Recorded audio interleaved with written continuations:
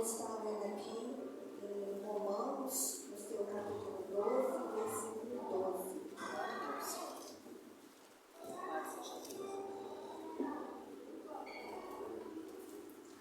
Que diz assim: alegrai-vos na esperança, sede pacientes na tribulação, perseverai na oração. Amém. Os irmãos vão ficar. Nesse versículo, o apóstolo Paulo orienta os cristãos de Roma a permanecerem fiéis com três coisas: se alegrar na esperança, ser pacientes na tribulação e persistir na oração. E nessa noite eu quero te lançar uma pergunta: o que você tem feito para fortalecer a sua esperança aqui nessa noite? Porque muitas das vezes deixamos que as tribulações da vida venham nos assolar e com isso acaba afetando a nossa esperança de dias melhores. E muitas das vezes acabamos que abatemos a nossa fé, porque quando falamos de tribulação, muitas das vezes é desânimo, é alguma seta do adversário lançada na sua mente, no seu coração, e isso acaba com que você fique desanimado e não consiga orar. E no versículo aqui que fala, sede pacientes na tribulação, a paciência é algo que nós seres humanos temos que buscar diariamente, porque não é fácil. Esperar no Senhor não é fácil, ainda mais quando está em silêncio. E como ser paciente quando Deus está em silêncio? Glória a Deus, aleluia. Ficamos muitas das vezes inquietos pelo silêncio do Senhor. Mas aqui o apóstolo Paulo nos orienta a ser pacientes. E que a cada dia possamos buscar essa paciência no Senhor e perseverar na oração. Porque às vezes qualquer luta venha nos assolar, venha nos abater, e com isso a gente deixa de orar. Porque a gente não vê resultado. A gente ora um dia, uma semana, um mês, e a gente já quer ver o resultado, já quer ver a resposta do Senhor. E com isso, aqui está nos orientando a ser perseverante em oração. Não é orar um dia, 2 dias e não ver resultado e você parar de orar de vez. É continuar insistentemente em oração, perseverando, porque a vitória vai vir, perseverando ali na paciência do Senhor, porque a nossa esperança vem do Senhor. Porque muitas das vezes a gente espera a alegria aqui no mundo, é passageira, mas a esperança vem do Senhor, a esperança é o nosso Senhor. E alguns anos atrás, eu tive também uma experiência, eu estava noiva na época, e com isso, faltava apenas 9 meses para o meu casamento, eu me encontrava desempregada. E eu fiquei desesperada, eu orava para Deus abrir a porta e nada, e eu não estava vendo uma solução. E aquilo me deixou muito abatido, eu acabei deixando de orar. Falei, meu Deus, eu não estou vendo solução, estou orando tanto para o Senhor abrir uma porta de emprego e nada. Eu queria contratar, né, a gente que é casado, já passou por isso, queria contratar fotógrafo, vídeo, eu estava desempregada, na época só meu esposo se encontrava empregado. Eu não via uma solução, e aquilo me deixou tão abatida, tão triste, e eu acabei deixando de lado. Foi quando, na madrugada, eu sonhei com tudo aquilo que eu pedi ao Senhor realizando naquele casamento. E aquilo renovou minhas forças e minhas esperanças. E eu acabei insistindo na oração. Falei, não, Deus falou comigo em oração, nos sonhos, então eu vou persistir em oração. E aquilo me deu uma dose de ânimo e eu persisti ali na oração. E graças a Deus, Deus me honrou, Deus abriu ali uma porta de escape e consegui pagar tudo aquilo que eu queria. Graças a Deus, Deus me honrou. E que nessa noite os irmãos possam sair daqui com as suas esperanças renovadas no Senhor. Porque a vida do crente não é fácil, meus irmãos. Por isso que precisamos persistir em oração e não deixar que as tribulações da vida venham nos afetar. Amém? E por mais que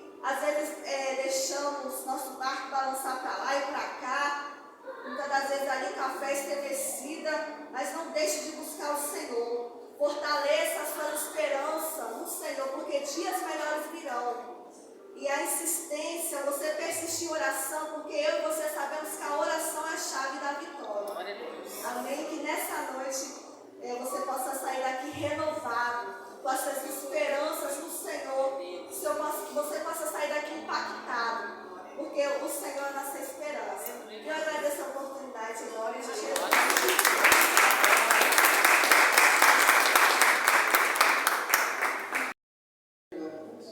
Quero cumprimentar a Maria de Paz de Jesus. Amém. Vamos ficar em pé. Vou estar lendo na passagem do profeta de Lucas. Lucas, no seu capítulo 12, versículo 31. Glória a Deus.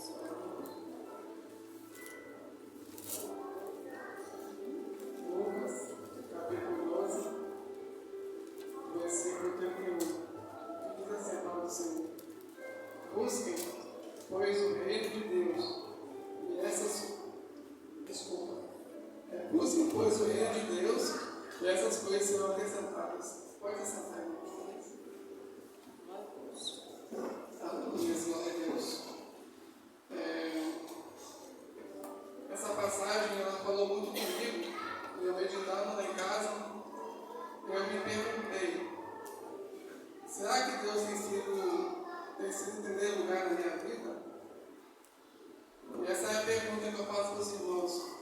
Deus tem sido prioridade em suas vidas, em primeiro lugar? Ou por que acontece? Nos dias de hoje, nós se preocupamos tanto com o dia do amanhã, com o que a gente vai comer, com o que a gente vai vestir, nossa vida financeira. E por nós se preocupar tanto, a gente acaba esquecendo de Deus. A preocupação, ela nos cega, ela nos deixa inquietos e sem fé. E lendo essa passagem, o Senhor vem falando que os animais, eles vivem um dia de cada vez. Eles não juntam alimento, eles não plantam, eles não guardam para comer amanhã. Todos os dias o Senhor prepara alimento para eles, e assim sucessivamente. E quanto mais nós, seres humanos, o que Deus pode fazer por nós? Então por que se preocupar? E o Senhor fala que antes de nós se preocupar com tais coisas, primeiro nós temos que colocar nossas vidas na mão dele. Buscar primeiro a nossa vida espiritual. Porque o que vale você conquistar tudo isso e você perder sua salvação? O que vale você buscar riquezas e no final você não ser rico com Deus? Então que nós venha buscar o Senhor antes de você fazer qualquer coisa. Senhor, eu quero comprar um carro. Coloque nas mãos dele primeiro. Coloque o Senhor como prioridade em suas vidas. Não deixe que esse seu querer seja maior do que o querer de Deus. O Senhor, Ele cuida de nós 24 horas por dia. Ele sabe do que você precisa. Ele sabe do que você necessita de verdade. E muitas das vezes o que você está pedindo ao Senhor não veio porque não é o momento certo. Então que eu falo do Senhor, que eu aprendi nessa passagem, é que o Senhor, no tempo certo, Ele prepara tudo. E uma experiência pessoal minha, que eu quero compartilhar com os irmãos, é que eu fiz um curso técnico na época, me formei em eletrotécnica, e eu mandei vários currículos na indústria, doido que eu trabalhava e exercer aquilo que eu aprendi, mas não conseguia. Fiquei 6 meses correndo atrás dessa vaga de emprego, porque a gente estuda tanto, a gente pretende conseguir um emprego maravilhoso, para poder compensar as horas da madrugada estudando. E acabou que por fim eu acabei entrando no supermercado. Uma pessoa estudada, formada, estava no supermercado. E quando eu estava naquele lugar, eu me senti: Senhor, é aqui que eu vou ficar? É aqui que vai ser o meu resultado final, através do meu esforço que eu tive? E comecei a questionar Deus. Questionar questionar e Deus não respondia. E chegou um tempo eu falei o seguinte, quer saber? Vou entregar no poder para descansar. E deixei o tempo passar. Fiquei trabalhando 2 anos no mercado. E hoje, eu me encontro trabalhando na indústria. Depois daquele dia, eu nunca mais precisei voltar para o mercado de trabalho, que eu na área do comércio. E hoje eu me encontro trabalhando na área que eu me formei. E aconteceu o tempo de Deus. A partir do momento que eu entreguei nas mãos dele, deixei de trabalhar, ele fez tudo. E o que eu falo para os irmãos é o seguinte, que nós devemos confiar no Senhor. Nós sim podemos pedir sim coisas boas ao Senhor, insistir em oração. Mas o Senhor, Ele no tempo dele vai te entregar. Essa é a mensagem que eu agradeço por nome de Jesus.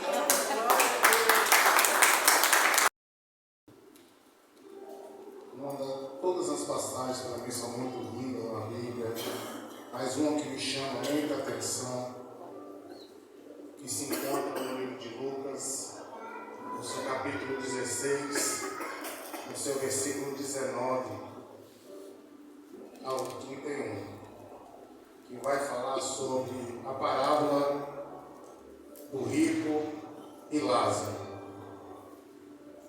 Esta parábola vai nos ensinar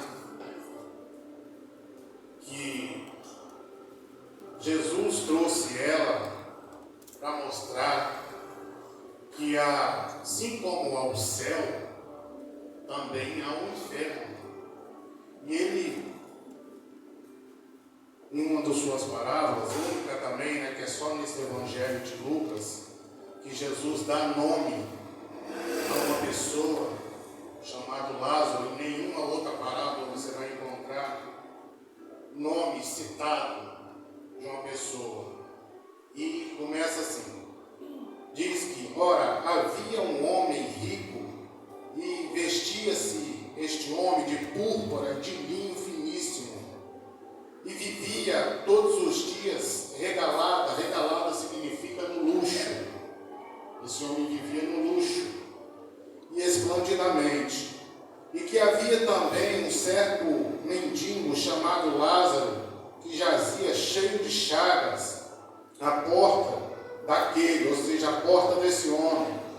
E esse desejava alimentar-se com as migalhas que caíam da mesa do rico, e os próprios cães vinham lamber-lhes as chagas. Até aí, os irmãos podem se sentar. Então aqui nós podemos ver, que Jesus ensinando aquele povo de que havia 2 caminhos, um que leva à condenação eterna e outro que leva ao céu, a vida eterna. E ele dizendo para aquele povo, ensinando, ele falou sobre este rico e este homem chamado Lázaro. E o que me chama a atenção são também esses cães que vinham lamber as chagas daquele homem. Esses cães não eram cães domésticos que nós temos hoje em nossas casas. Isso eram cães selvagens, que ali vinha para se alimentar de todo o resto que era jogado ali à porta daquele rico. E Lázaro ali corria até perigo daqueles cães, matar ele, morder, acabar com o Lázaro ali. Agora, este homem, vivendo nesta vida dele, luxuosa, tinha tudo, podia tudo. A Bíblia fala que ele se vestia dos melhores vestes, das melhores alparcas. O homem tinha tudo. E a Bíblia vai citar que um certo dia morre Lázaro. E este vai ao seio de Abraão. E logo depois, a Bíblia cita que também morre o rico e é sepultado. E ela também vai nos ensinar que quando este homem rico chega no inferno, a Bíblia cita mesmo, inferno, este agora olha para o alto. A Bíblia cita que ele olha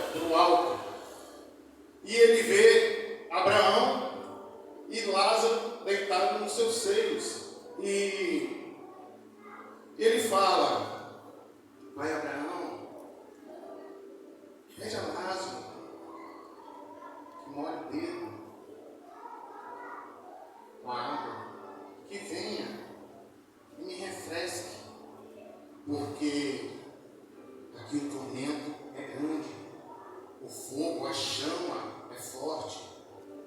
Isso me faz lembrar do capítulo de Daniel capítulo 3, quando é jogado na fornalha Sadraque, Mesaque e Abednego. A Bíblia nos ensina que aquela fornalha, a temperatura dela chegava até 1500 graus Celsius, ao ponto de, quando homens abriram aquela porta, muitos morreram naquele lugar. Então, nos leva a imaginar como é o inferno. E este homem agora fala: Abraão, o Senhor ou pede a Lázaro, ou eu próprio, deixa, ou o Senhor mesmo, pai Abraão, que vá à casa de meu pai, porque lá eu tenho 5 irmãos. Pede a eles para ter testemunho de vida, para que não venham parar neste tormento. Para mim, não tem jeito. Eu estou pagando aquilo que eu fiz. O que eu plantei, eu estou colhendo. Mas ainda a minha família tem a esperança. Eles estão lá. Mas pai Abraão fala: meu filho, há um grande abismo entre nós e vocês. Nem vocês podem vir até nós, e nem nós podemos ir até vocês.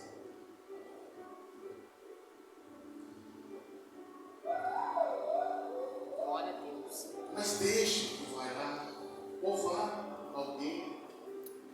E o pai Abraão diz assim para ele: eles têm Moisés, eles têm os profetas, eles têm a lei.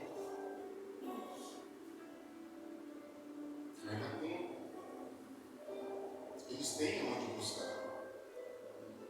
Eles têm como fazer por onde não vim parar neste lugar. Glória a Deus. E quando eu disse para vocês que eu gosto muito desta passagem, que eu falo muito com amigos, com pessoas, igrejas aonde eu vou. Abraão, quando falou para ele, eles têm Moisés. Nós, nos nossos tempos, nós temos Moisés. Nós temos os profetas. Nós temos a lei. Nós temos Jesus. Está tudo aqui. Glória a Deus. Ainda há tempo de cada um de nós parar, refletir e pensar: qual é o fruto que eu estou dando na terra? A Bíblia diz e vai se cumprir: todos nós seremos reconhecidos pelos nossos frutos. Meu Deus. O fruto que você der aqui é o que você vai colher lá no grande dia. É verdade. Dê testemunho de vida. Glória a Deus. Muitas das vezes a gente achamos que vamos ser reconhecidos por cargos, por nome, por riqueza, porque eu tenho 2 carros, eu tenho mansão, eu tenho tudo. E na verdade, esta parábola nos ensina que nada disso para Deus vale nada. É Deus. Mas um testemunho de vida.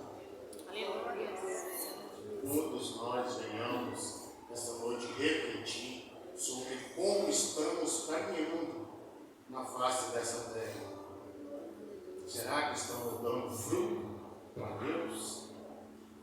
Ou estamos dando fruto para o mundo? Que nós venhamos sempre buscar a sabedoria de Deus para aquilo que estamos buscando.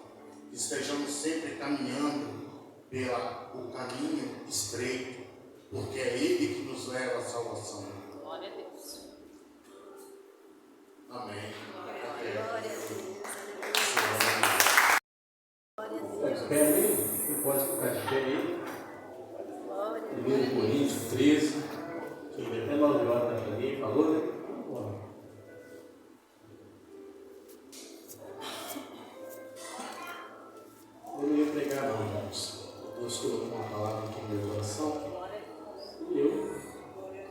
que dá tempo, então vamos pregar um pouquinho, não vou demorar.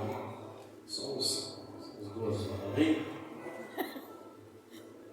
Quem está feliz diz glória a Deus. Glória a Deus. Todos os pregadores que pregaram aqui foi muita bênção. 1 Coríntios, capítulo 13, primeiro. Amém?